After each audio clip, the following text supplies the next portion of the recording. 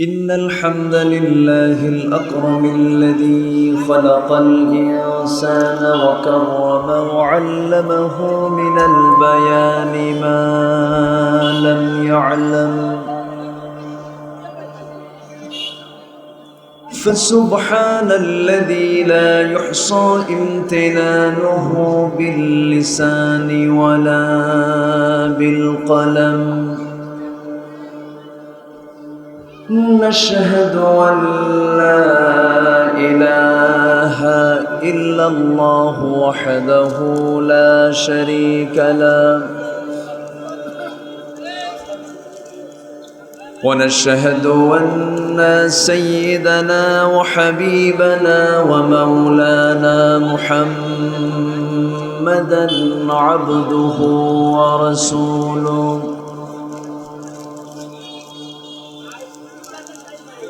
الذي أرسله بالحق بشيرا ونذيرا وداعيا إلى الله بإذنه وسراجا وقمرا منيرا. فقد قال الله تعالى في كلامه المجيد وفرقانه الحميد: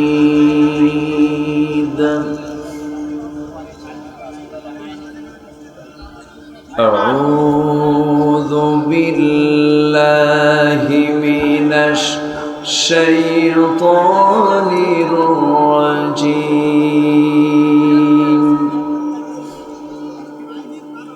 بسم الله الرحمن الرحيم.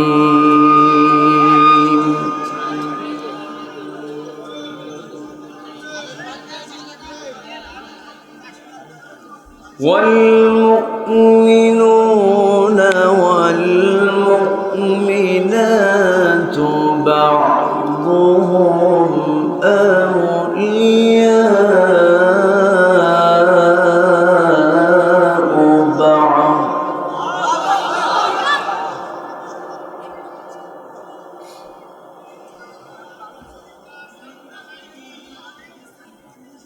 يأمرون بالمعروف وينهون عن المنكر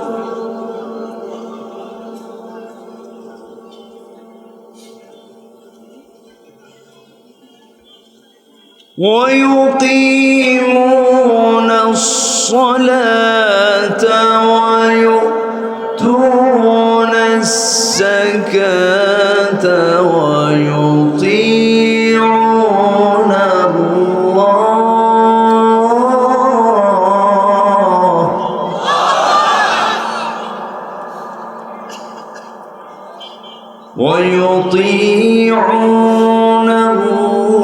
الله ورسوله، أولئك سيرحمهم الله.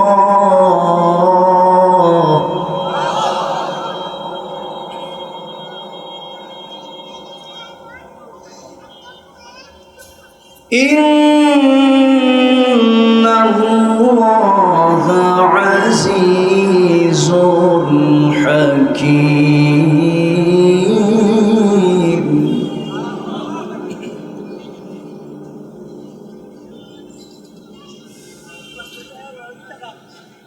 الله أكبر. بسم الله الرحمن الرحيم.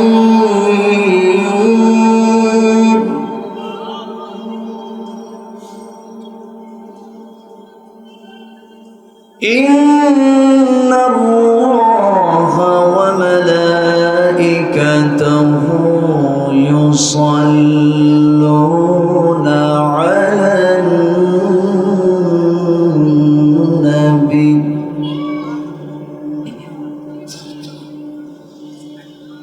يا أيها الذين آمنوا صلوا عليه وسلموا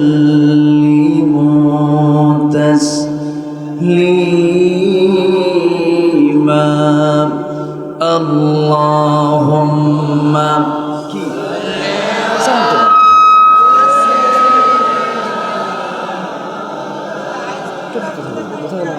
আওয়াজ নাই তো।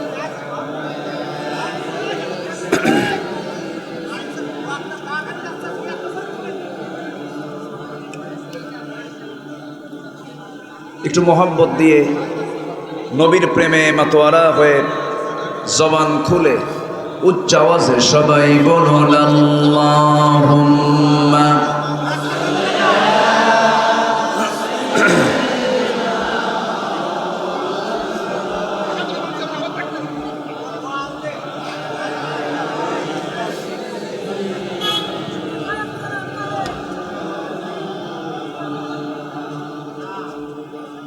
রসূল আমার আলো আশা, রসূল আমার ভালোবাসা, রসূল আমার প্রেম বিরহের মূল আলোচনা, রসূল আমার কাজে কর্মে অনুপ্রেরণা আল্লাহুম্মা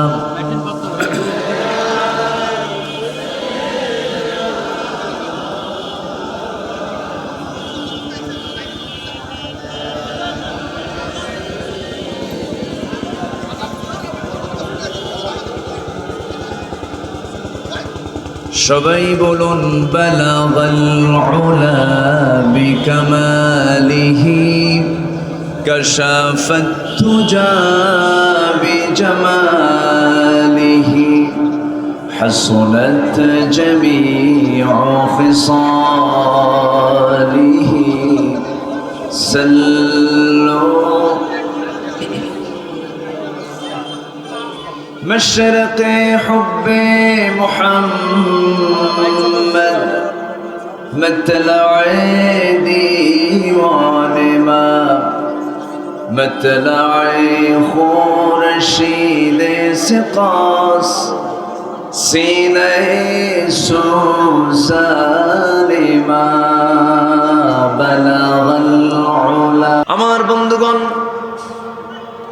আল্লাহ রাব্বুল আলামিন এই পৃথিবীতে যত কিছু সৃষ্টি করেছেন, আকাশের দিকে আপনি তাকান, জমিনের দিকে আপনি তাকান, সমুদ্র জগতের দিকে আপনি তাকান, গোটা দুনিয়ার সকল সৃষ্টির দিকে আপনি যেদিকে তাকাবেন, যে দিকটা আমরা দেখব সেই দিকটা সমস্ত সৃষ্টি একদিন ধ্বংস হয়ে যাবে।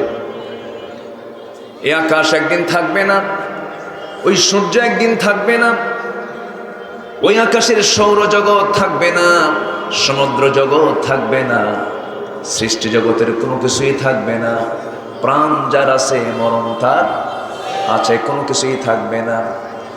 আল্লাহ রাব্বুল আলামিন কোরআনে কারীমের ভিতরে সুন্দর করে বলছেন, বান্দাকে জানিয়ে দিচ্ছেন, বান্দা তুমি এগুলো একটু পড়ো, বোঝার চেষ্টা করো, কিসের স্বপ্ন, কিসের রঙিন স্বপ্ন তুমি দেখো।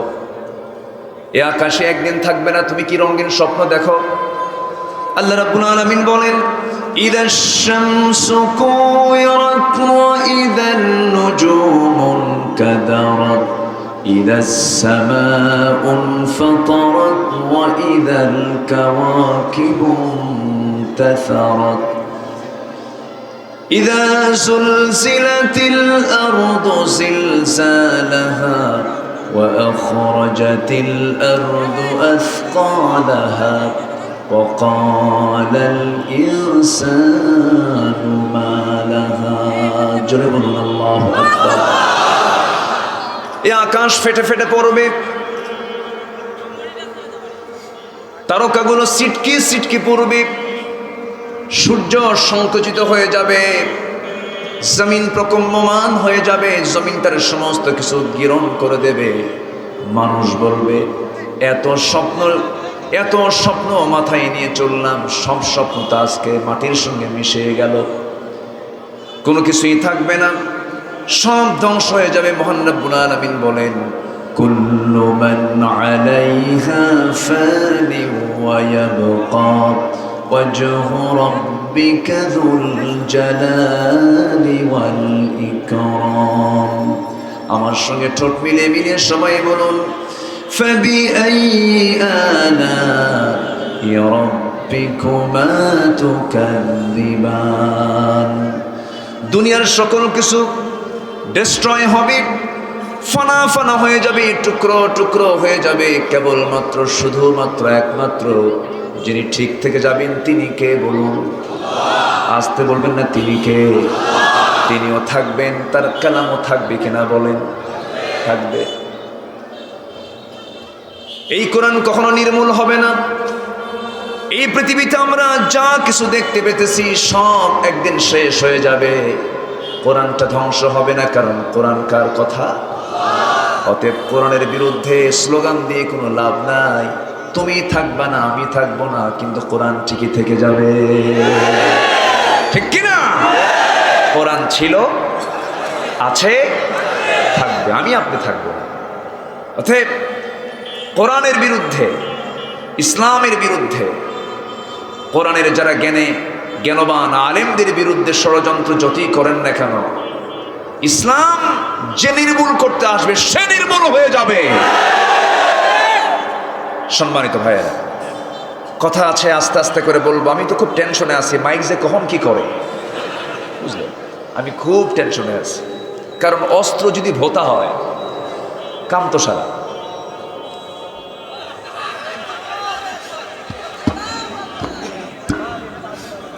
আচ্ছা, সম্মানিত ভাইয়েরা, একটু আমার দিকে তাকান।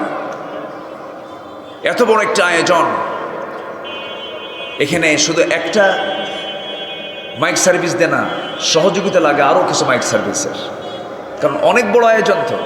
এটা কাভারেজ দেওয়ার জন্য মাস্টার প্ল্যান হাতে নিয়ে প্রোগ্রামগুলো করতে হয়। সম্মানিত ভাইয়েরা, আমরা এখানে বসে আছি, আমাদের ভ্রাতৃত্বের বন্ধন, ভ্রাতৃত্বের দরকার আছে না নাই? আসতে বলবেন না, আছে না নাই? কিন্তু আমি যদি একটা প্রশ্ন করি, আদৌ কি আমাদের ভিতরে পরস্পরের হৃদয়ের যে সম্পর্ক, এটা কি আছে? আসতে বলবেন না, আছে? আমার দেশে আবাদ হয় মানবতার না হিংসা? বলেন তো, হিংসা? মুমিন কি কখনো হিংসুক হতে পারে?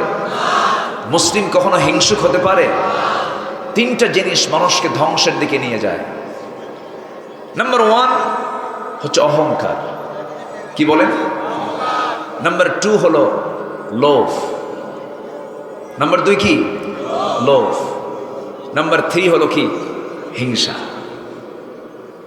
قال إياكم في الحسد فإن الحسد يأكل الحسنات كما تأكل النار الحطب।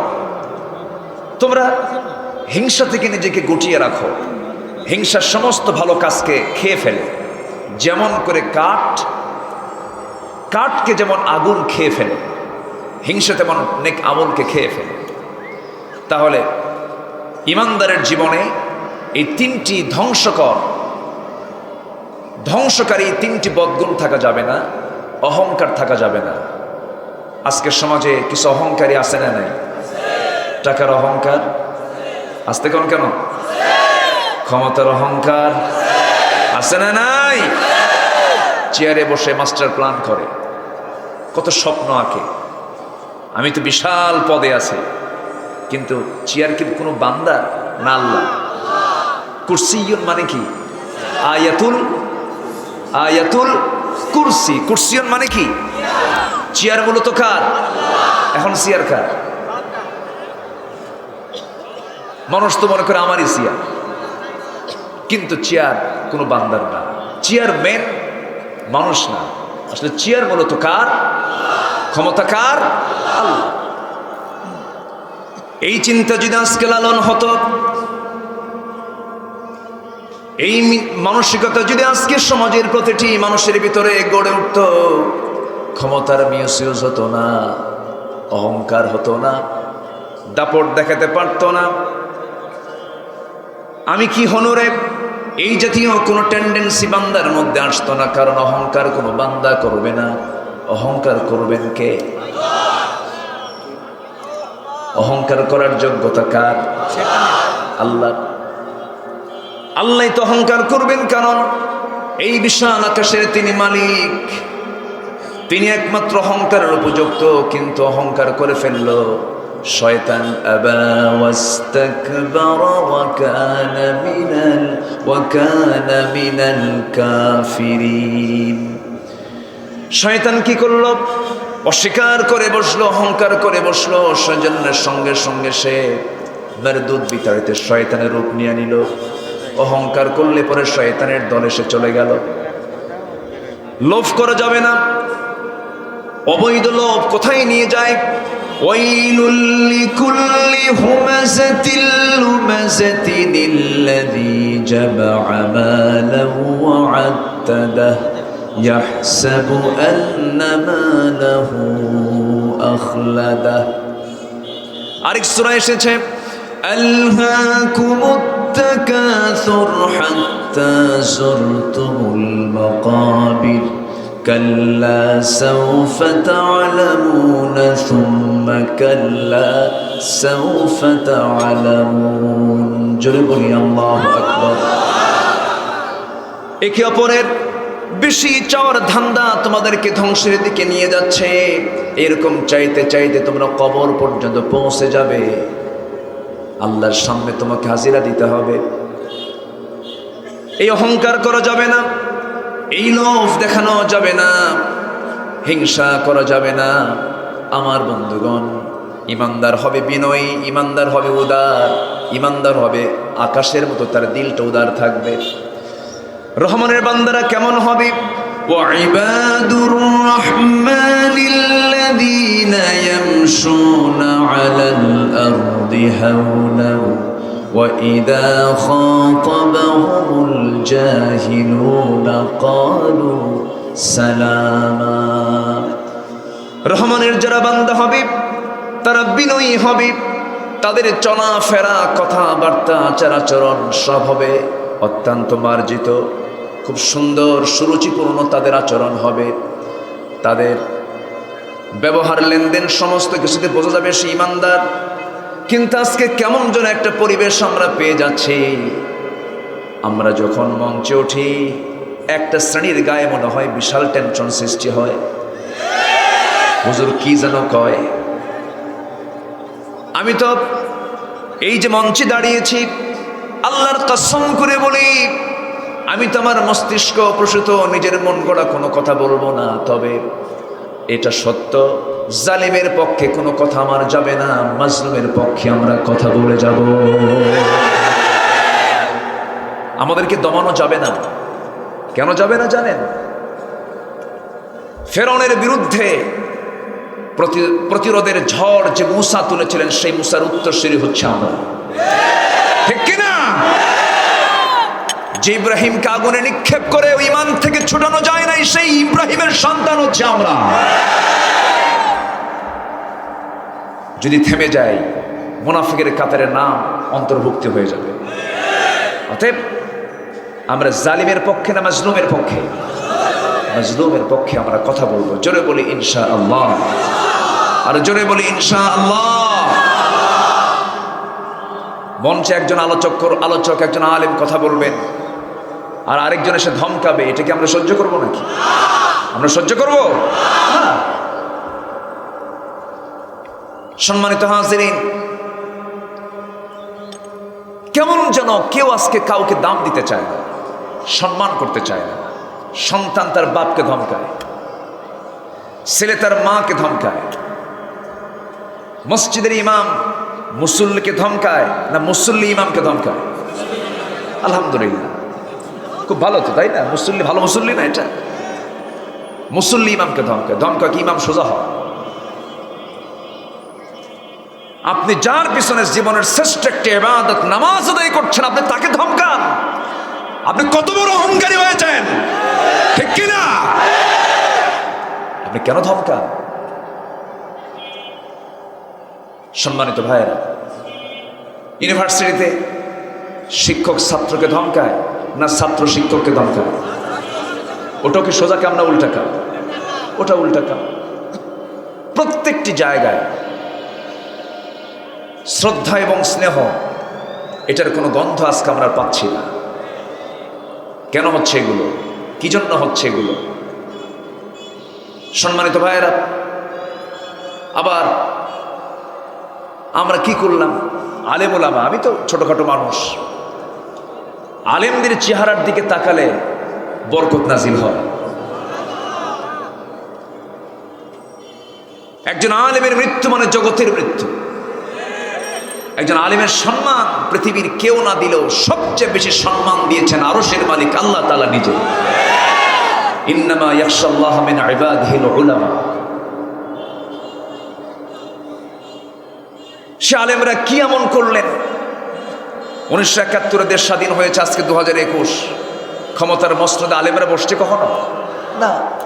তারা তো চেয়ারও পায় নাই, চেয়ার নিয়ে মারামারিও করে না। কি এমন দোষ হলো? একজন কয় ঘাড় মটকায় দাও, আরেকজন কয় হাত ভাঙ্গো, আবার আরেকজন কয় যে খেলা হবে। এগুলো কেন? এগুলো ঠিক না। আমাদের দায়িত্ব আছে, আমাদের একটু বলতে হবে, তারা শুনুক। এগুলো ঠিক না, এগুলো বলা উচিত না। আপনার ভাষা হতে হবে মার্জিত, আপনি জাতীয় ব্যক্তিত্ব, আপনার ভাষা হবে উন্নত মানের। আপনার ভাষা যদি বস্তির সঙ্গে মিলে যায় তাহলে তো আপনার মান ঠিক থাকলো না, ঠিক কিনা? কথা বলতে হবে অত্যন্ত ভেবে চিন্তে। কথা আগে না চিন্তা আগে? কথা আগে না চিন্তা আগে? আগে চিন্তা। আমার ভাইয়েরা, একটু কান লাগান, মনোযোগ দিয়ে শোনার চেষ্টা করি। এই যে একটা শত্রুতা, এই যে একটা অহংকার, লোভ, হিংসা কাজ করছে আজকে সমাজে, এগুলো বন্ধ করার জন্য আল্লাহ রাব্বুল আলামিন আগেই বান্দাকে বলছেন, আগেই নামাজ না, আগেই রোজা না। প্রথম কাজ হলো তোমার কি? সূরা তাওবার 71 নম্বর আয়াতে মহান রাব্বুল আলামিন বলেন, والمؤمنون والمؤمنات بعضهم أولياء بعض يأمرون بالمعروف وينهون عن المنكر ويقيمون الصلاة ويؤتون الزكاة ويطيعون الله ورسوله أولئك سيرحمهم الله إن الله عزيز حكيم جربنا الله أكبر মুমিন পুরুষ এবং মুমিনা নারী তারা পরস্পরের বন্ধু।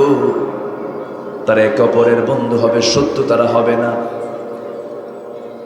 বন্ধু, তিনি আমার বন্ধু হবেন যে বন্ধুর দিকে তাকালে আল্লাহর কথা মনে হবে। বন্ধু নির্বাচন করতে গিয়ে 5টা শ্রেণী কখনো বন্ধু হতে পারে না। কয়টা শ্রেণী বলুন? 5টা শ্রেণীর মানুষ কখনো বন্ধু হবে না। বন্ধু বানাতে গেলে এই 5টা বিষয় আমরা খেয়াল রাখবো। 1 নম্বর হলো যারা মিথ্যাবাদী। যারা কি মিথ্যাবাদী কখনো বন্ধু হতে পারে না। আমার দেশে মুসলমান মিথ্যা কথা কয় না, মিথ্যা কথা বলে।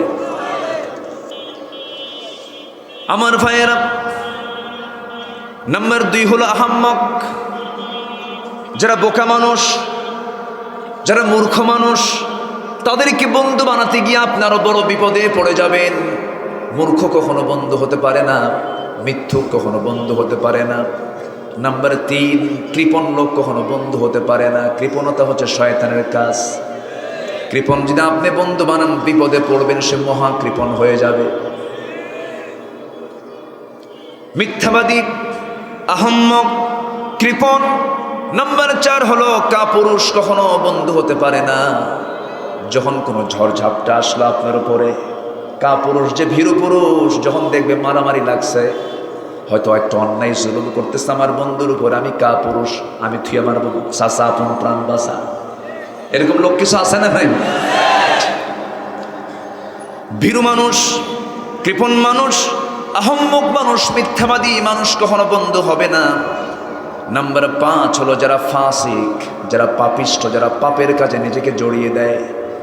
যে পাপ করবে তার মধ্যে কোনো কমন সেন্স থাকবে না, তার কাছে কোনো দূর আর কাছের কেউ কিছু সব কিছু তার কাছে সমান মনে হবে। এই পাপিষ্ঠ লোকগুলো কখনো বন্ধুর আওতায় পড়বে না। এই 5টা বদগুণ যার মধ্যে পাবেন তাকে কখনো অন্তরঙ্গ বন্ধু বানাতে যাবেন না। বন্ধু বানাতে গেলেই তার জন্য সুবিধা না অসুবিধা, তার জন্য নিরাপদ না ঝুঁকিপূর্ণ, তাকে বিপদে ফেলে দিবি। তাহলে বন্ধু নির্বাচন করতে গেলে 1 নম্বর কোয়ালিটি হবে কি? ওই বন্ধুটা হতে হবে কেমন? ওই বন্ধু হবে কেমন? قد أفلح المؤمنون الذين هم في صلاتهم خاشعون والذين هم عن اللغو معرضون والذين هم للزكاة فاعلون والذين هم لفروجهم حافظون إلا على أزواجهم أو ما ملكت أيمانهم فإنهم غير ملومين جربون الله أكبر বন্ধু হবে কারা?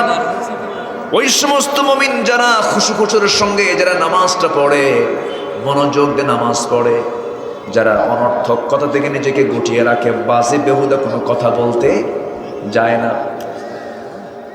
এক সাহাবী রাসূলকে জিজ্ঞাসা করলেন, ইয়া রাসূলুল্লাহ, আমি নাজাত পেতে চাই, আমি কল্যাণ পেতে চাই, কেমনে নাজাত পাবো, কেমনে আমি মুক্তি পেয়ে যাব? রাসূল বলেন 3টা কাজ করো।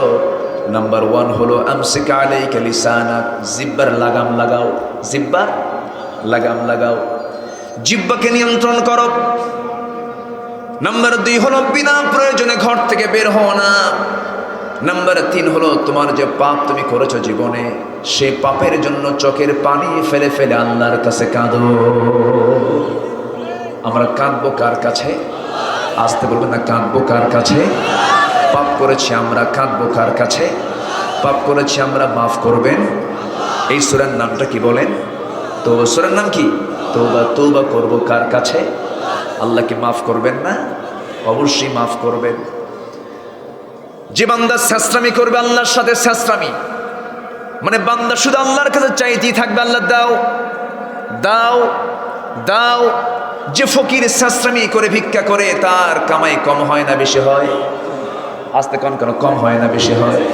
দেখবেন কিছু কিছু ফকির আছে হাত চেপে ধরে, হাত পা টেপে ধরে, ভাই আমার কিছু দেন, আমার কিছু দিতে হবে, বারবার বলে। বারবার যখন বলে একটা ধমক মেরে বলে, যা এত এরকম বিরক্ত করিস কেন? শেষ পর্যন্ত সারতে না পারে পকেটে একখান নোট বের করে চলে যেত, ঠিক কিনা বলেন? এই যে ফকিরটা বারবার চাচ্ছে, বারবার চেয়ে বিরক্ত করে শেষ পর্যন্ত সে আদায় করেই নিল। আমরা যতই গুনাহ করি না কেন, আমার আল্লাহ তো এরকম নন। আমি আপনি খেপে যেতে পারি, কিন্তু আমার আল্লাহ কখনো খেপে যাবেন না। দুনিয়ার মানুষ মানুষকে একবারের বেশি দুবার ডাকলে পরে খেপে যায়, রেগে যায়, বিরক্ত হয়ে যায়।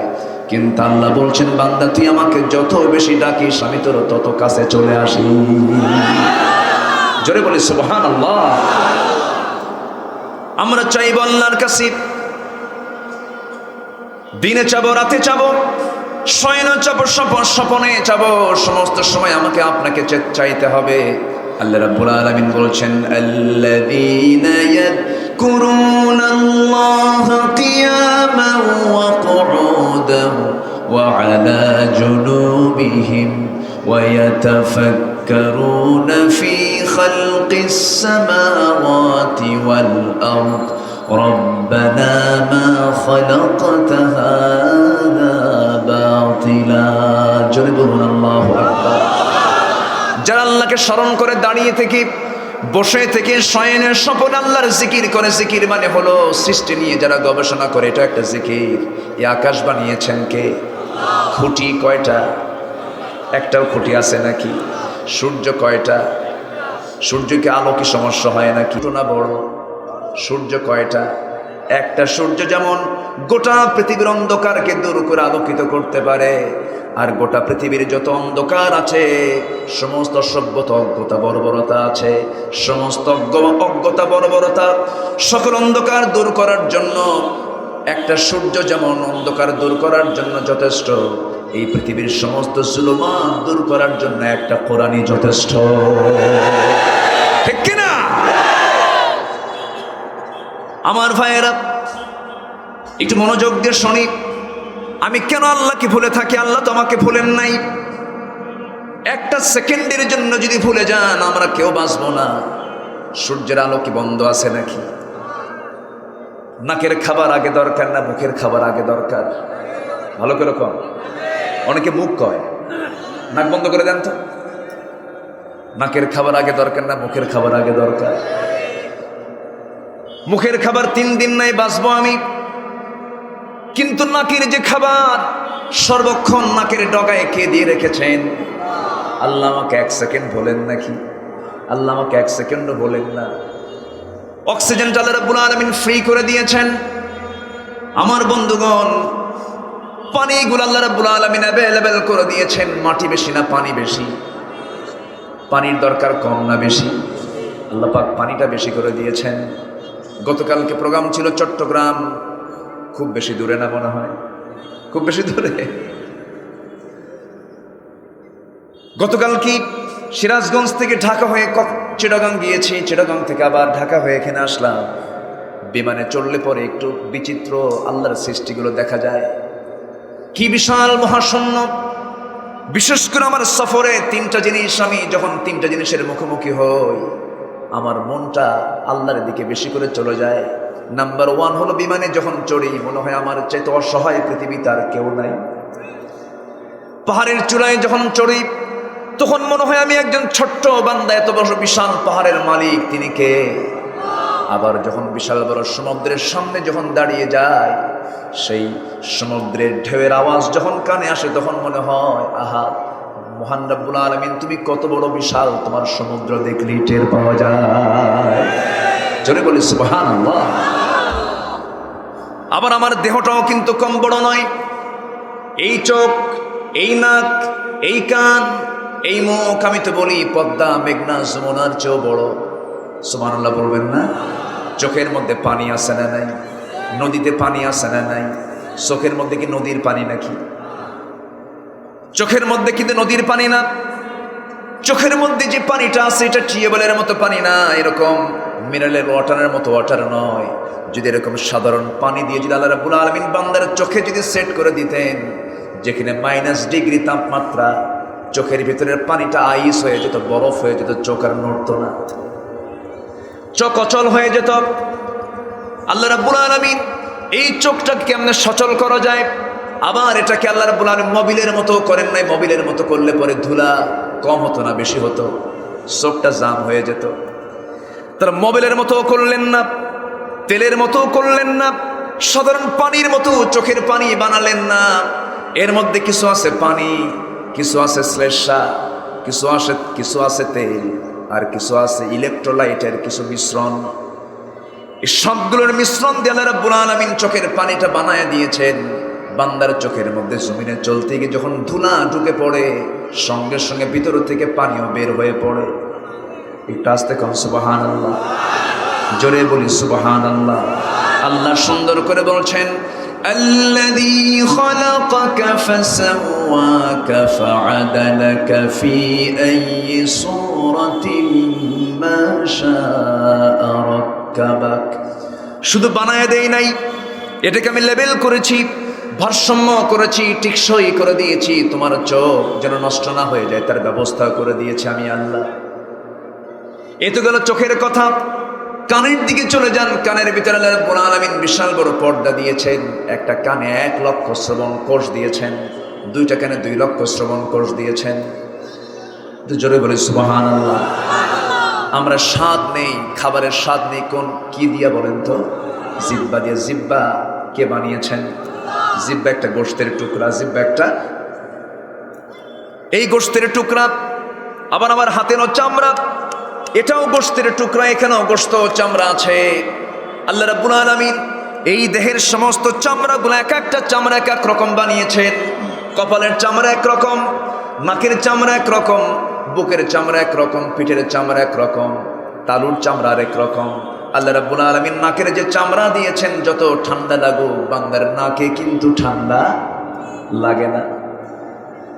আল্লাহ রাব্বুল আলামিন জিহ্বার ভিতরে এমন একটা মেশিন সেট করে দিয়েছেন, যখন বান্দা কোনো খাবার নিয়ে নেয় আগে নাকের ফাংশন না মুখের ফাংশন? বলেন কিসের ফাংশন? এখন নাকের মধ্যে আরেকটা কাজ আছে না নাই? ঘ্রাণটা নেওয়া, দুর্গন্ধ না সুগন্ধ, ভালো না খারাপ, নাক বলে দিচ্ছে।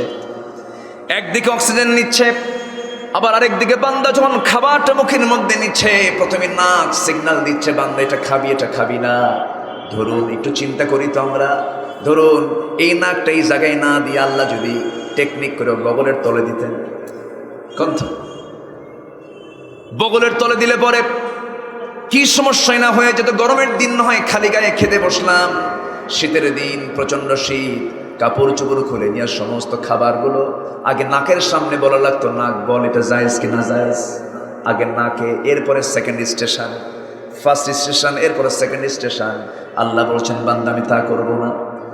মুখের থেকে নাক সরাইয়া দিলে তোর চেহারা নষ্ট হয়ে যাবে, তোর চেহারা টিকে রাখবো, তোর সৌন্দর্য টিকে রাখবো, তোর চোখের ভ্রু দিয়ে তোর চেহারা সুন্দর করে দেব, সুন্দর কপালটা দিয়ে দিলাম, সুন্দর চুলগুলো দিয়ে দিলাম, এত সুন্দর বানালাম। বান্দা নিজের দিকে তাকায় দেখ আমি আল্লাহ তোর কোনো কিছু বাদ রেখেছি নাকি?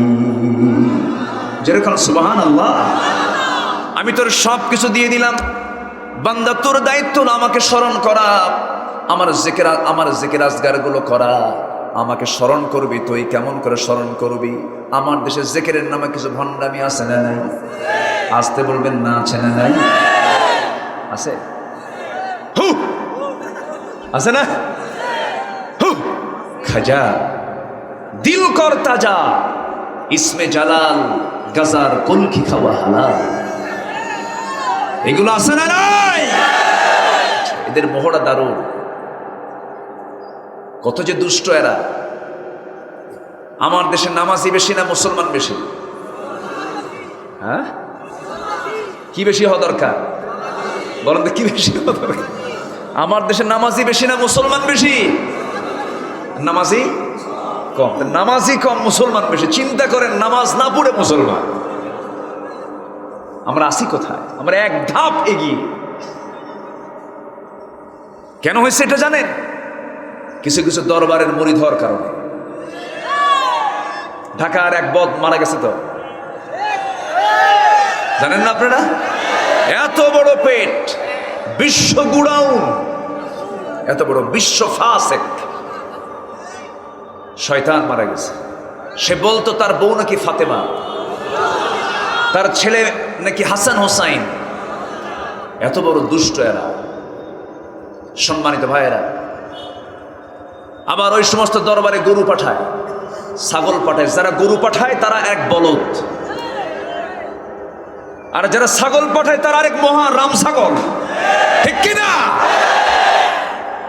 গরুটা দরবারে না দিয়া বিধবার ঘরে পৌঁছায় দেন, ছাগলটা ওই জায়গায় না দিয়া এতিমখানায় দেন, দোয়া করবে, সওয়াব পাবেন, ঠিক কিনা? وآتى المال على حبه ذوي القربى واليتامى والمساكين। এদিকে দাও, এদিকে খরচ করো, তোমার কাজে আসবে। লোক গেছে মইরা, মরা মানুষের দিয়ে লাভ আছে নাকি? টাকা দরকার মরা মানুষের না তাজা লোকের? কি মরা লোকের না তাজা লোকের? তাজা লোকের টাকা দরকার, মরা লোকের টাকা কিছু দরকার? ও তো নিজেই বিপদে আছে। বাচ্চা হয় না, গরু পাঠায়। বাচ্চা দিবেন কে? আসতে বলবেন না কে? সন্তান দেওয়া না দেওয়া সিদ্ধান্ত কার? ইয়াহাবু লিমান ইয়াশাউ ইনাসাও ওয়া ইয়াহাবু লিমান ইয়াশাউ যুকুর।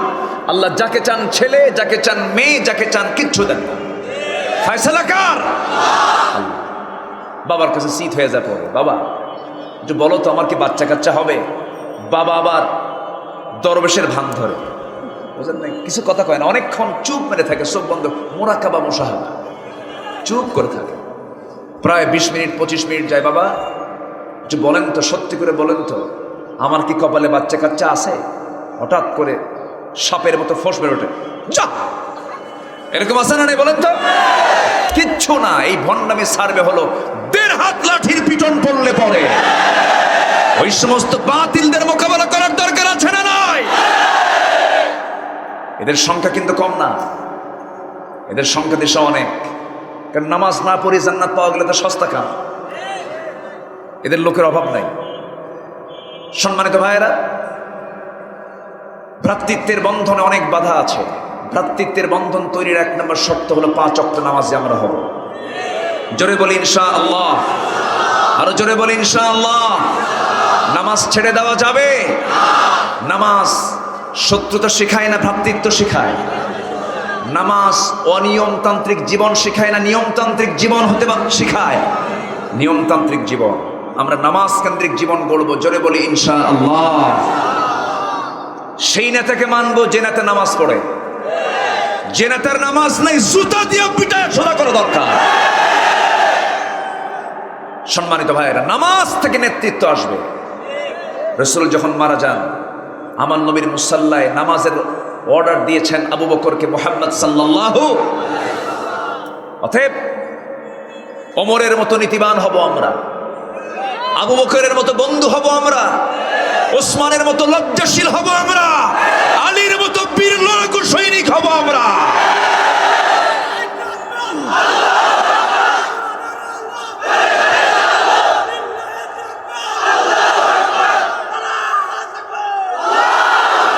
সম্মানিত ভাইয়েরা, আমার রাসূল যখন খুব অসুস্থ, মুমূর্ষু অবস্থা কাতরাচ্ছেন, নবীর পাশে শুধু ছিলেন তার স্ত্রী আম্মা জান আয়েশা সিদ্দিকা রাদিয়াল্লাহু তাআলা আনহা। তিনি বলেন, আমি নিজেকে ধন্য মনে করি, আল্লাহ পাক আমাকে 9টা বিশেষ শ্রেষ্ঠত্ব দান করেছেন। জোরে বলি সুবহানাল্লাহ। এর মধ্যে অন্যতম শ্রেষ্ঠত্ব হলো, আম্মা জান আয়েশা বলেন, রাসূল যখন অসুস্থ হয়ে পড়লেন, রাসূল আমার ঘরে তিনি আসলেন, এসে বলছেন, আয়েশা শরীরটা আমার ভালো না, আমি একটু বিশ্রাম নেব। বালিশটা আগায় দিলেন আম্মা জান আয়েশা। বালিশ যখন আগায় দিয়েছেন, রাসূল মুস্কি হাসি মেরে বলছেন, আয়েশা বালিশে মাথা রাখবো না, তোমার উরুটা বিছাই দাও, তোমার উরুতে মাথা রাখবো। নবীজি বউকে ভালোবেসেছেন কিনা বলেন? আমার বন্ধুগণ, আমার নবীজি এরপরে বলছেন, আয়েশা আমার কেমন যেন প্রচন্ড মাথা ব্যথা হচ্ছে। নবীজির শেষ সময়ে 2টা রোগ ছিল, একটা হলো প্রচন্ড মাথা ব্যথা, আর প্রচন্ড গায়ে জ্বর ছিল। নবীজি বলছেন, আয়েশা মাথায় একটু পানি ঢেলে দাও। পানি ঢেলে দেওয়া হলো। আজান যখন বেলাল দিয়ে দিলেন, আমার নবীজি আজান শোনা মাত্র ইমানদারকে বসে থাকবে না, দৌড় মারবে মসজিদে। মসজিদে দৌড় মারবে, হাইয়া আলাস সালাহ। ইমানদার অস্থির হয়ে যাবে আজান শুনলে পরে। আমার নবীজি আজান যখন শুনলেন, বেলাল আজান দিচ্ছে, আমার নবীজি ওঠার জন্য চেষ্টা করলেন, উঠে দাঁড়ায়া মাথা চক্কর মেরে আবার পড়ে গেলেন। বলছেন, আয়েশা বুঝতে পেরেছি আমার বুঝি জামাতে নামাজ আর হবে না, আমি আর জামাতে নামাজ আদায় করতে পারবো না। আজান বেলাল দিয়ে দিয়েছে, নামাজ তো চালু রাখতেই হবে। তোমার আব্বা আবু বকর, আমার প্রিয় সাহাবী আবু বকরকে বলে দাও আমার জায়গায় যেন আবু বকর নামাজটা আদায় করে নেয়, মানে আমার পরে ক্ষমতার চেয়ারে বসবে আমার আবু বকর। জোরে বলি সুবহানাল্লাহ। নেতৃত্ব আসলো নামাজ দিয়া। কি দিয়া বলেন? নামাজ দিয়া। নামাজ শুরু হয়ে গেছে। আমার নবীজি বলছে, আয়েশা আমাকে একটু জানালার কাছে নিয়ে যাও তো। জানালার কাছে নিয়ে যাওয়া হলো। আমার নবীজিকে ধরে ধরে জানালার কাছে যখন নিয়ে যাওয়া হলো, জানালার ফাঁকা দিয়া সাহাবীদের নামাজের দৃশ্যগুলো আমার নবীজি দেখছিলেন।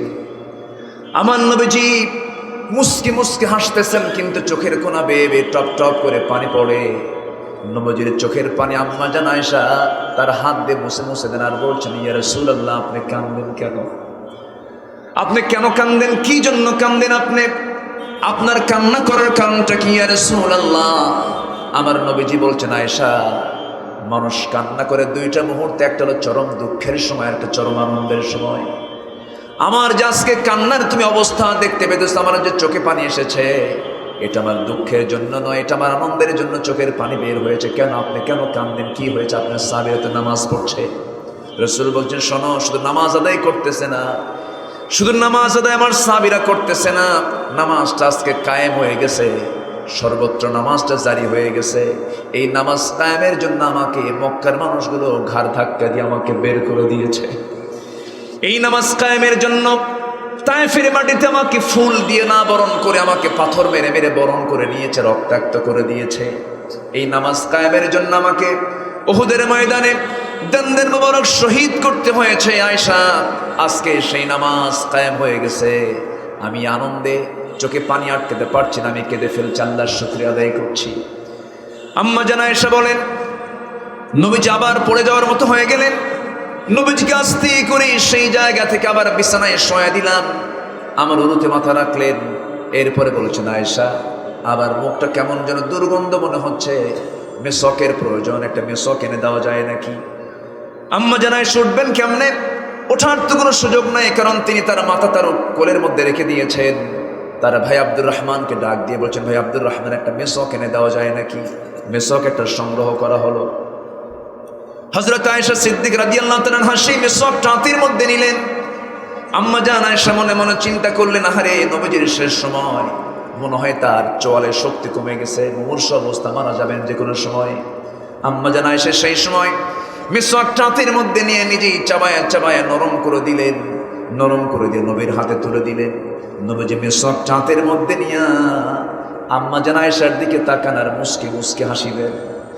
মেসওয়াক দিয়ে আগে মেসওয়াক শুরু না করে, দাঁত পরিষ্কার শুরু না করে, মেসওয়াকের আগায় আম্মা জান আয়েশার মুখের থুতু কিছু ছিল, সেই থুতুগুলো, লালাগুলো তিনি চুষে চুষে পান করছেন আর বলছেন, আয়েশা, আমি আমার সর্বশেষ শক্তি দিয়ে আমি তোমাকে একটু মহব্বত করার চেষ্টা করলাম। আমার নবীজি মিসওয়াকটা সম্পূর্ণ করলেন। মিসওয়াক সম্পূর্ণ করে বলছেন, আয়েশা, আমি যে কোনো মুহূর্তে দুনিয়া থেকে বিদায় হয়ে যাব, আমি যে কোনো মুহূর্তে মালাকুল মউত আমার কাছে চলে আসবে। আয়েশা, আমার কলেজার টুকরা ফাতিমা কই, ফাতিমাকে একটু ডাক দাও তো। ফাতিমাকে দেখি না আমি কয়েকদিন ধরে। ফাতিমা কাঁদতে কাঁদতে শেষ হয়ে যাচ্ছেন, কারণ আমার নবীজির চারটা মেয়ের ভিতরে সবচেয়ে বেশি মহব্বত নবীর সঙ্গে ছিল কোন মেয়েটার? ফাতিমার। নবীজি যখন বললেন ফাতিমার কথা, দরজা খুলে নবীর সামনে দাঁড়ালেন ফাতিমা। নবীজিও কান্দেন, ফাতিমাও কান্দেন। রাসূল বলছেন, ফাতিমা রে, কান্দার কোনো প্রয়োজন নেই, তুমি আমার কাছে চলে এসো। বুখারী শরীফের হাদিস। কানের মধ্যে মুখ ঢোকায় বলছেন, ফাতিমা, আমার মৃত্যু হবে, তোমারও মৃত্যু আমার পরপরই হবে। চিন্তা করো না, মানুষ মৃত্যুর কথা শুনলে পরে ভয় পায়, কিন্তু ইমানদার মৃত্যুর কথা শুনলে পরে আনন্দ পায়। যেরকম সুবহানাল্লাহ। মৃত্যুর মধ্য দিয়ে সরাসরি দিদার হয় কার সাথে? আসতে বলবেন না, কার সাথে? আল্লাহর সাথে। আমরা আল্লাহর সঙ্গে দিদার কি করতে চাই না? অবশ্যই করতে চাই। সবচেয়ে আমার আপনকে, সবচেয়ে আমার এক নম্বর বন্ধুকে আল্লাহ তাআলা। ফাতিমা রাদিয়াল্লাহু তাআলা আনহা সেই জায়গা থেকে বিদায় নিয়ে নিলেন। নবীজি মৃত্যুর প্রস্তুতি নিয়ে নিলেন। নবীজির সামনে মালাকুল মউত হাজির হয়ে যাবেন। এর আগ দিয়ে আমার রাসূল আস্তে করে আয়েশাকে ডাক দিয়ে বলছেন, ওরে আয়েশা, শোনো, তুমি আমার সঙ্গে সর্বশেষ কথা বলতেছো, আমার পর, আমার মৃত্যুর আগে আর কারোর সঙ্গে কথা বলার কোনো সুযোগ আমি পাবো না মনে হয়। আয়েশা, আমি তোমাকে কয়েকটা কথা বলে যাই। আমি মৃত্যুর আগে আমার পরিবার নিয়ে, আমার সন্তানাদি নিয়ে, আমার সম্পত্তি নিয়ে, আমার কোনো কিছু নিয়ে আমি তোমাকে কোনো কিছু বলে যাচ্ছি না। আমার মৃত্যুর আগে আমি তোমাকে একটা কথাই জানিয়ে দিচ্ছি, আমার উম্মতকে আমার জীবনের শেষ লাস্ট বক্তব্য, লাস্ট মেসেজ জানিয়ে দেবে। আমার উম্মতরা ভ্রাতৃত্বের জন্য, মুহাব্বতের জন্য, আল্লাহর হক আদায় করার জন্য যেন 5 ওয়াক্ত নামাজ যেন না ছেড়ে দেয়। জোরে বলি সুবহানাল্লাহ। কিন্তু আজকে আমার দেশে মুসলমান বেশি না নামাজি বেশি? কেমন হলো কথা? মুসলমান নামাজি বেশি হবে। শুধু মুসলমান বেশি হলে চলবে না, নামাজি মুসলমান হতে হবে। কারণ যে মুসলমান নামাজ পড়ে না, সে মুসলমান কি মুসলমান না ফাসেক? বলেন কি? ফাসেক। ফাসেক কি কখনো বন্ধু হয় নাকি? কয় ধরনের বন্ধু বানানো যাবে না? 5 শ্রেণীকে। আমার ভাইয়েরা, একটু মনোযোগ দিয়ে শোনার চেষ্টা করি। আজান তো এখন থেকে আরো 10 মিনিট আগে হয়ে গেছে। আমরা একটু আজকে আউসাত অংশে নামাজটা পড়বো। জোরে বলি ইনশাআল্লাহ। না শেষ করে দেব? আর একটু চালাই। আমরা উম্মত হিসেবে তো উম্মতে ওয়াসাতা, মধ্যমপন্থী আমরা জাতি। আমরা আজকে নামাজটা আউয়ালেও না, আখেরেও না, মাঝামাঝিতে আমরা নামাজটা পড়বো। জোরে বলি ইনশাআল্লাহ, জোরে বলি ইনশাআল্লাহ। বৃহৎ জামাত এখানে হবে। আজকে দেখা হবে যে দেখি নামাজি আমরা কেমন হচ্ছি। জোরে বলি ইনশাআল্লাহ। হয়তো বলবেন হুজুর প্যান্ট ঠিক নাই, অনেকে বলবে প্যান্ট ঠিক নাই, পেশাব করে পানি নেই, সমস্যা নাই। যদি আপনার বিকল্প কোনো পোশাক না থাকে পানির ছিটা দিয়ে দিবেন, আপনার প্যান্ট ঠিক হয়ে যাবে। তবুও দাঁড়িয়ে না পড়ো বসে, বসে না পড়ো শুয়ে, শুয়ে না পড়ো ইশারায়, পানি না পাও তায়াম্মুম করে নামাজ পড়ো। নামাজ বাদ দেওয়া যাবে না মুসলমান। আজকে যদি সেই নামাজ রাষ্ট্রীয় পর্যায়ে যদি কায়েম থাকতো, আনুষ্কা দিহানের ঘৃণ্য ইতিহাস বাংলার জমিনে রচিত হতো না। আফসোস লাগে, ঘৃণা লাগে, আনুষ্কার গোপনাঙ্গ নিয়ে টেলিভিশনে টক সহ। এটা কোনো কথা নাকি? সম্মানিত ভাইয়েরা, সম্মানিত বন্ধুগণ, সকল জেনা, সকল ধর্ষণ, সকল কিছু বন্ধ হবে কার বিধান জারি হলে? আসতে বলবেন না, কার বিধান জারি হলে? এই সূর্য কার? ওই আকাশ কার? এই জমিন কার? অতএব আমরা আইন মেনে চলবো কার? রাজি আছেন কারা কারা? হাত উঁচু করে দেখা।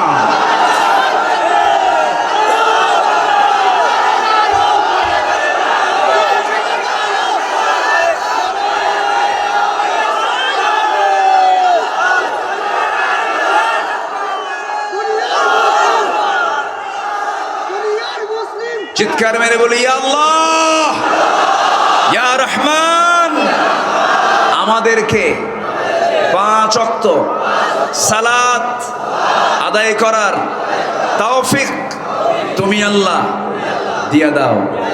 ইয়া আল্লাহ, আমাদেরকে শিরিক মুক্ত, বেদাত মুক্ত, কুফর মুক্ত জীবন গড়ার তৌফিক দাও। জোরে বলি আমিন, আরো জোরে আমিন। সম্মানিত ভাইরা, নামাজ ভ্রাতৃত্ব শিখে আমরা ভাই ভাই হব। জোরে বলি ইনশাআল্লাহ। মামলার পরিমাণ আগের চেয়ে এখন কম না বেশি? এটা ভ্রাতৃত্বের লক্ষণ, তাই না? এটা মহব্বতের লক্ষণ না। উঠতেছে কেন? দোয়া করে দেব? ওঠে কেন? ওযু নাই সেজন্য নাকি? ওয়াজ শোনার শর্ত তো উজু করে না। বসেন, আপনি উঠবেন, মাহফিলের সৌন্দর্য আপনার দ্বারা নষ্ট হবে, এটা আপনার ক্ষতি হবে। আপনি মাহফিলের কেন ক্ষতি করবেন? একটু মেহেরবানি করে বসুন। আমি একটু শক্ত করে বললাম, একটু বসুন। কেউ উঠবেন না। এতগুলো মানুষ নিয়ে যদি আমরা দোয়া করি, বাপ মার জন্য দোয়া নাই? রব্বির হামহুমা কামা রব্বায়ানি সাগীরা, একসঙ্গে আমরা দোয়ায় শামিল হব। আপনি 1000 দিন চেষ্টা করুন, এত মানুষ আপনি জোগাড় করতে পারবেন? কেউ যাবেন না। বসুন, কোরআনের সৌন্দর্য আমরা বসে আছি, বলি আলহামদুলিল্লাহ। আর 15টা মিনিট আমাকে সময় দিবেন। আমাকে যে টাইম দেওয়া হয়েছে আমি সেই টাইমের মধ্যে শেষ করার চেষ্টা করব। জোরে বলি ইনশাআল্লাহ। আল্লাহ বলছেন, মুমিন পুরুষ এবং মুমিনা নারী তারা হবে পরস্পরের শত্রু না বন্ধু? বন্ধু হবে। কেমন বন্ধু হবে? সাহাবীরা তার দৃষ্টান্ত ছিলেন। ইয়ারমুকের ইতিহাস সবার জানা আছে। জিহাদের ময়দানে যুদ্ধ করতে নিয়ে পিপাসার যন্ত্রণায় ছটফট করছিলেন 6 জন সাহাবী। কয়জন বলেন? 6 জন সাহাবী। একজনের কাছে পানি নিয়ে গেল একজন সেবক। 1 গ্লাস পানি নিয়ে বলছে, পিপাসার যন্ত্রণায় ছটফট করছেন, এই গ্লাসটা আপনি পান করুন, এই পানি আপনি পান করুন। প্রথম জন বলে না, আমার যতটুকু তৃষ্ণা পাচ্ছে তার চেয়ে বেশি তৃষ্ণার্ত দ্বিতীয় ভাই, তার কাছে নিয়ে যাও। দ্বিতীয় জন বলে তৃতীয় জনের কাছে নিয়ে যাও। তৃতীয় জন বলে চতুর্থ জনের কাছে নিয়ে যাও। চতুর্থ জন বলে পঞ্চম জনের কাছে নিয়ে যাও। পঞ্চম জন বলে ষষ্ঠ জনের কাছে নিয়ে যাও। ষষ্ঠ জনের কাছে সেবক যখন চলে গেছে, ষষ্ঠ জন বলে না, ওই প্রথম জনের কাছে নিয়ে যাও, গ্লাসটা সে বেশি আমাদের চাইতে পিপাসায় আছে। এই গ্লাসটা নিয়ে যখন প্রথম জনের কাছে চলে আসছে সেবক, এসে দেখে প্রথম জন তৃষ্ণার যন্ত্রণায় ছটফট করতে করতে দুনিয়া থেকে বিদায় নিয়েছে। দ্বিতীয় জনের বিদায় হয়ে গেছে। একজন আর একজনকে প্রাধান্য দিতে গিয়ে 6 জনের শাহাদাত বরণ করলেন। কি পরিমাণ মুহাব্বত, কি পরিমাণ ভালোবাসা তাদের মধ্যে কাজ করেছিল। আমার বন্ধুগণ, তাদের ভ্রাতৃত্বটা এত গভীর ছিল যে স্বপ্ন পর্যন্ত তাদের এক হয়ে যেত। আমার নবীজির ইন্তেকাল হয়ে গেছে। ইন্তেকালের 2 বছর পরে হযরত ওমর ফারুকের শাসন আমল চলে। এমন সময় হযরত আলী একদিন ঘুমের ভিতরে স্বপ্নের মধ্যে দেখতে পেতেছেন আমার নবী তার সামনে হাজির হয়ে গেছেন। দরজায় হাজির হয়ে সালাম দিয়ে বলছেন, আলী, দীর্ঘদিন যাবৎ তোমার সঙ্গে সাক্ষাৎ নেই, আজকে তোমার সঙ্গে সাক্ষাৎ করতে এসেছি। আমার নবীজি তার শিয়রে বসলেন। শিয়রে বসে আস্তে করে বলছেন, ওরে আলী, তুমি একটু মুখটা ফাঁকা করো। মুখটা ফাঁকা করলেন। 3টা আঙ্গুলে নবীজি তার ব্যাগ থেকে, টোপলা থেকে অনেকগুলো খেজুর থেকে একটা খেজুর বের করলেন। 3টা আঙ্গুলে তুলে নিয়ে বলছেন, আলী, মুখটা ফাঁকা করো, আমি তোমাকে একটু খেজুর খাওয়ায় দিই। তার মুখে একটা খেজুর তুলে দিলেন। হযরত আলী খেজুর মুখের মধ্যে নিয়ে স্বপ্নের মধ্যেই খাচ্ছিলেন। ঘুমটা তার ভেঙে গেল। ঘুম থেকে জাগা পেয়ে দেখেন তাজা খেজুরের স্বাদ আলীর জিহ্বায় ফুটে উঠেছে। হযরত আলী আবেগ আপ্লুত হয়ে পড়লেন। ওযু বানালেন। তাহাজ্জুদের নামাজে দাঁড়িয়ে গেলেন। ইমানদার যারা হবে তাহাজ্জুদ পড়বে কিনা বলেন, আসতে বলেন না, পড়বে কিনা বলেন। যার জীবনে তাহাজ্জুদ মিস হবে না তার জীবনে নামাজ মিস হবে না। যার জীবনে নফল বেশি তার জীবনে ফরজ বাদ যাবে না। যার জীবনে নফল নাই তার জীবনে ফরজটা বাদ পড়ে যাবে। আমার বন্ধুগণ, আমরা নফলটা বেশি করার চেষ্টা করব। জোরে বলি ইনশাআল্লাহ, আরো জোরে বলি ইনশাআল্লাহ। হযরত আলী তাহাজ্জুদ আদায় করলেন।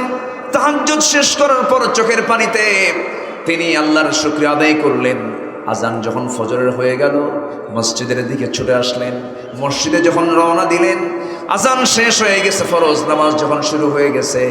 হযরত আলী এত বড় একজন সাহাবী হওয়ার পরও প্রথম কাতারে জায়গা পেলেন না, দ্বিতীয় কাতারেও জায়গা পেলেন না। তৃতীয় কাতারে ঠিক মাঝখান বরাবর তিনি দাঁড়িয়ে গেছেন। হযরত আলী মাঝখানে তিনি দাঁড়ানো। ওমর ফারুক রাদিয়াল্লাহু তাআলা তখন আমিরুল মুমিনিন, তিনি ইমামের মুসল্লায় দাঁড়ায় গেছেন। শাসক এবং ইমাম দুইজন না একজন? শাসক এবং ইমাম দুইজন না একজন? এটাই হলো মুসলমানদের ইতিহাস। অতএব আমরাও দেখতে চাই শাসক যিনি হবেন ইমামও তিনি হবেন, ঠিক কিনা? এটাই মুসলমানদের ইতিহাস। আমার ভাইয়েরা, হযরত ওমর নামাজ পড়াচ্ছেন। নামাজটা শেষ হয়ে গেল। সালাম ফিরলেন। সালাম ফেরার পর ডান দিকে তাকায় দেখেন কে যেন এক টোপলা খেজুর নিয়ে এসে হাজির হয়ে গেছে, হাদিয়া স্বরূপ। ওমর ফারুক কাউকে দায়িত্ব না দিয়া নিজেই তিনি বললেন, আমার হাতে খেজুরগুলো দিয়ে দাও। খেজুরগুলো নিয়ে তিনি বন্টন শুরু করে দিলেন। প্রথম কাতারে সবার হাতে হাতে 2টা 3টা 4টা করে খেজুর দিয়ে গেলেন। দ্বিতীয় কাতারে তাই করলেন।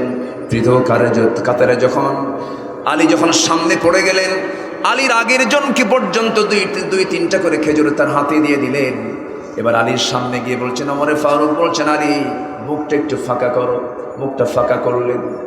খেজুরের প্যাকেট থেকে অনেকগুলো খেজুর থেকে মাত্র একটা খেজুর হাতের মধ্যে নিয়ে 3টা আঙ্গুলে তুলে নিয়ে বলছেন, আলী, মুখটা ফাঁকা করো। মুখটা ফাঁকা করলেন। বিসমিল্লাহ বলে একটা খেজুর তুলে দিলেন। এরপরে বলছেন, আলী, খেজুরটা খেয়ে নাও। তিনি খেজুরটা খেয়ে নিলেন। মুসকি মুসকি হাসি মেরে আলী বলছেন, ভাই ওমর, আমার আগের জনকে 2-3টা করে খেজুর দিলেন, আপনি আমাকে একটা তাও মুখে দিলেন কেন? ওমর ফারুক কাঁদতে কাঁদতে বলছেন, আলী রে, তুমি ভেবেছ স্বপ্ন শুধু তুমি দেখেছ, তোমার স্বপ্ন আমি নিজেও দেখেছি। যেরকম সুবহানাল্লাহ। তুমি যে স্বপ্ন দেখেছ আমিও সেই স্বপ্ন দেখেছি আলী। গত রাত্রে আমার নবীজি যদি তোমার চাই আমার নবীজি যদি তোমাকে একটার বেশি 2টা খেজুর খাওয়া দিতেন, আমি তোমাকে তাই খাওয়ায়া দিতাম। আমি কি নবীর চাইতে বেশি কিছু করতে চাই নাকি? নবীজি যা করেছেন আমি তাই আদায় করলাম। জোরে বলি সুবহানাল্লাহ। স্বপ্ন পর্যন্ত তাদের এক হয়ে যেত। আল্লাহ বলছেন, তোমরা ভ্রাতৃত্বের বন্ধনে আবদ্ধ হয়ে যাও। ইমানের সম্পর্ক সবচেয়ে বড় সম্পর্ক। ভাই ভাই সম্পর্ক ছিন্ন হতে পারে, ঠিক কিনা? ছিন্ন হতে পারে না? ছিন্ন হতে পারে। বাপ বেটার সম্পর্ক ছিন্ন হয়ে যেতে পারে। নূহ আলাইহিস সালাতু ওয়াস সালাম আল্লাহর নবী, তার ছেলে কি? তার ছেলে কি? কাফের। তার ছেলে কি? কাফের। বাপ হলো নবী, ছেলে হলো কাফের। ইব্রাহিম আলাইহিস সালাতু ওয়াস সালাম হচ্ছেন নবী, বাপ আসর হলো কাফের। কাফেরের ছেলে ইব্রাহিম আর নবীর ছেলে কাফের, আছে না নাই বলেন? আচ্ছা, অতএব সম্পর্ক হবে আত্মীয়তার বন্ধন মূল না দ্বীনি বন্ধন মূল? কিসের বন্ধন মূল? দ্বীনের বন্ধন। আল্লাহ দ্বীনের বন্ধনটা চাচ্ছেন। এরপরে বলছেন এই ভ্রাতৃত্ব তৈরি হলে তোমরা কি করবে? 4টা কাজ করবে। কয়টা কাজ করবে? মাইকের মধ্য দিয়ে চলে গেছে, ওরে ধমক টমক দিয়েন না, যা হয়েছে হয়েছে, শেষ ভালো যার, মোটামুটি ভালো বলি আলহামদুলিল্লাহ। যারা মাহফিল কর্তৃপক্ষ আছেন ওরা যেন ধমক টমক দেন না, যা হয়েছে হয়েছে, আমরা ধৈর্য ধরবো। জোরে বলি ইনশাআল্লাহ, আর জোরে বলি ইনশাআল্লাহ। আমার ভাইয়েরা, 4টা কাজ আমরা করব ভ্রাতৃত্ব তৈরি করে। আমরা মুমিন, আমরা ইমানদার, আমাদের এই সম্পর্ক জান্নাত পর্যন্ত গড়াতে চাই আমরা, ঠিক কিনা? ইমানদারের সম্পর্ক কোথায় পর্যন্ত যাবে? জান্নাত পর্যন্ত। আর ভাই ভাইয়ের সম্পর্ক দুনিয়াতেই শেষ হতে পারে, শেষ হতে পারে যদি ইমান না থাকে, ঠিক কিনা? এই জন্য ভ্রাতৃত্বের বন্ধনটা আমরা তৈরি করবো হচ্ছে ইমানের ভিত্তিতে। কিসের ভিত্তিতে? আল্লাহ কাকে বেশি ভালোবাসেন? আল্লাহ তাকেই বেশি ভালোবাসেন। ইন্নাল্লাহা ইউহিব্বুল্লাযীনা ইউকাতিলুনা ফী সাবিলিহি সাফফান কাআন্নাহুম বুনয়ানুম মারসুস। আল্লাহ রাব্বুল আলামিন ওই সমস্ত বান্দাকে সবচেয়ে বেশি ভালোবাসেন যারা সীসা ঢালা প্রাচীরের মতো কাতারবদ্ধ হয়ে ভ্রাতৃত্বের বন্ধনে আবদ্ধ হয়ে যারা আল্লাহর পথে বাতিলদের বিরুদ্ধে মোকাবেলায় দাঁড়িয়ে যায়। জোরে বলি সুবহানাল্লাহ। আল্লাহ তুমি সবাইকে কবুল করে নাও। 4টা কাজ আল্লাহ পাক করতে বলছেন। নাম্বার 1 হচ্ছে তারা কি করবে? সৎ কাজের আদেশ দেবে, অসৎ কাজের বাধা দেবে, সুদ বন্ধ করবে, যাকাত চালু করবে, ঠিক কিনা? বেহায়াপনা, জেনা, ব্যভিচার বন্ধ করে পর্দার বিধান জারি করবে। এটা হচ্ছে ইমানদারের কাজ। এরপর ওয়ায়ানহাউনা আনিল মুনকার, অসৎ কাজের বাধা দেবে, যেখানেই অন্যায় সেখানেই প্রতিরোধ গড়ে তুলবে, ঠিক কিনা? ইমানদারের কাজ এগুলো। ওয়ায়ুকিমুনাস সালাহ, নামাজ কায়েম করবে। ওয়ায়ুতুনাজ যাকাত, যাকাত আদায় করবে। নফল মনে করে না ফরজ মনে করে? নফল না ফরজ? ফরজ। ওয়ায়ুতিউনাল্লাহ ওয়া রাসূলাহ, এবং আনুগত্য করবে জীবনের সকল জায়গায় 2 জনের, এক আল্লাহ, দ্বিতীয় হচ্ছেন মুহাম্মদ সাল্লাল্লাহু আলাইহি ওয়াসাল্লাম। এই 4টি কাজ যদি করতে পারো, আল্লাহ বলছেন এই সমস্ত বান্দা হচ্ছে আমার রহমত প্রাপ্ত বান্দা। আমি এদেরকে মাফ করে ওয়াদাল্লাহুল মুমিনিনা ওয়াল মুমিনাত জান্নাতিন তাজরি মিন তাহতিহাল আনহার, এই সমস্ত বান্দার জন্য আমি আল্লাহ জান্নাতের ওয়াদা পর্যন্ত করে দিলাম। যাও, জোরে বলে সুবহানাল্লাহ। আসেন দোয়া করি। আজান হয়ে গেছে আরো 25 মিনিট আগে, আর একটু দেরি করব আমরা। ফতুয়ার জন্য প্রস্তুত আছে কিছু লোক, আছে না নাই বলেন তো? ভুল ধরার জন্য কিছু লোক আছে না নাই? আছে। দয়া করে বৃহত্তর দিক মুক্তাজায় হাল, একটু নামাজ পড়তে বিলম্ব হলো, এটা নিয়ে যেন কোনো কানাকানি ঘুষোঘুষি না হয়, ঠিক কিনা? নামাজটা আমরা আদায় করবো। জোরে বলি ইনশাআল্লাহ। এখনো হাতে মাগরিবের ওয়াক্ত আছে, মাগরিব আসবে এখনো 1 ঘন্টা পর, 1 ঘন্টা 10 মিনিট পরে মাগরিবের আজান হবে। এখনো সময় আছে না নাই? আছে। আমরা শেষ করব, দোয়া করব, দোয়ার দিকে আমরা আস্তে আস্তে যাচ্ছি। কেউ উঠবেন না, একজন ভাইও নড়বেন না। আমরা আল্লাহর কাছে চাইবো কার কাছে? এখানে কিছু মাহফিলের ঘোষণা আছে, এটা মাহফিলের আমার মনোযোগের পর কইলেন, আমরা সময়টা ক্ষেপণ করতে চাচ্ছি না। আমরা চাইবো কার কাছে? আসতে বলবেন না, কার কাছে?